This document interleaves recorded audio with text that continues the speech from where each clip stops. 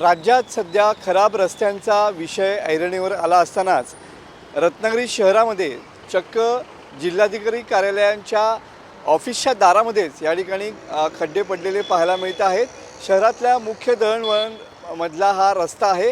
हाच रस्ता या ठिकाणी पावस आणि इतर ठिकाणांना या ठिकाणी जोडतो। मात्र तुम्ही बघू शकता की सध्या रत्नागिरी शहरातली वर्दळ सुरू झालेली पाहायला मिळते आहे आणि जिल्हाधिकारी कार्यालयाच्या दारासमोर बरोबर हे भले मोठे खड्डे या ठिकाणी पाहायला मिळत आहेत। मोठ्या संख्येनं या ठिकाणी वाहनांची वर्दळ असते। ऑफिसमध्ये येणाऱ्या लोकांची किंवा जिल्हाधिकारी कार्यालयात येणाऱ्या लोकांची वर्दळ असते। अशानाच या खड्ड्यामधून या ठिकाणी मार्गक्रमण करत या ठिकाणी या खड्ड्यांमधूनच प्रवास करावा लागतो आहे।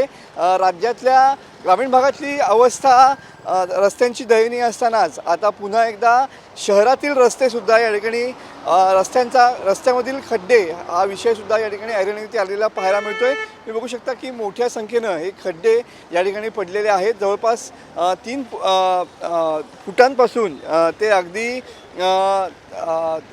5 फुटांपर्यंतचे हे खड्डे या ठिकाणी आपल्याला पाहायला मिळत आहेत आणि याच खड्ड्यामधून मार्गक्रमण करत सध्या रत्नागिरी वासी जे आहेत ते प्रवास करताना पाहायला मिळत आहेत। अनेक अडचणी आहेत आणि त्याचमुळं सध्या ग्रामीण भागातल्या लोकांप्रमाणे या ठिकाणी सध्या रस्त्यावरचे खड्डे म्हणजे शहरातील खड्डेसुद्धा या ठिकाणी विषय जो आहे तो ऐरणीवरती आलेला पाहायला मिळतो आहे। रत्नागिरी शहरातील जिल्हाधिकारी कार्यालयासमोर देखील या ठिकाणी खड्डे पडलेले आहेत आणि याच खड्ड्यांमधून मार्गक्रमण करत सध्या रत्नागिरीकरांना या ठिकाणी प्रवास करावा लागतोय। कॅमेरामन समित गजनेसह मनोज लेले, TV9 मराठी, रत्नागिरी।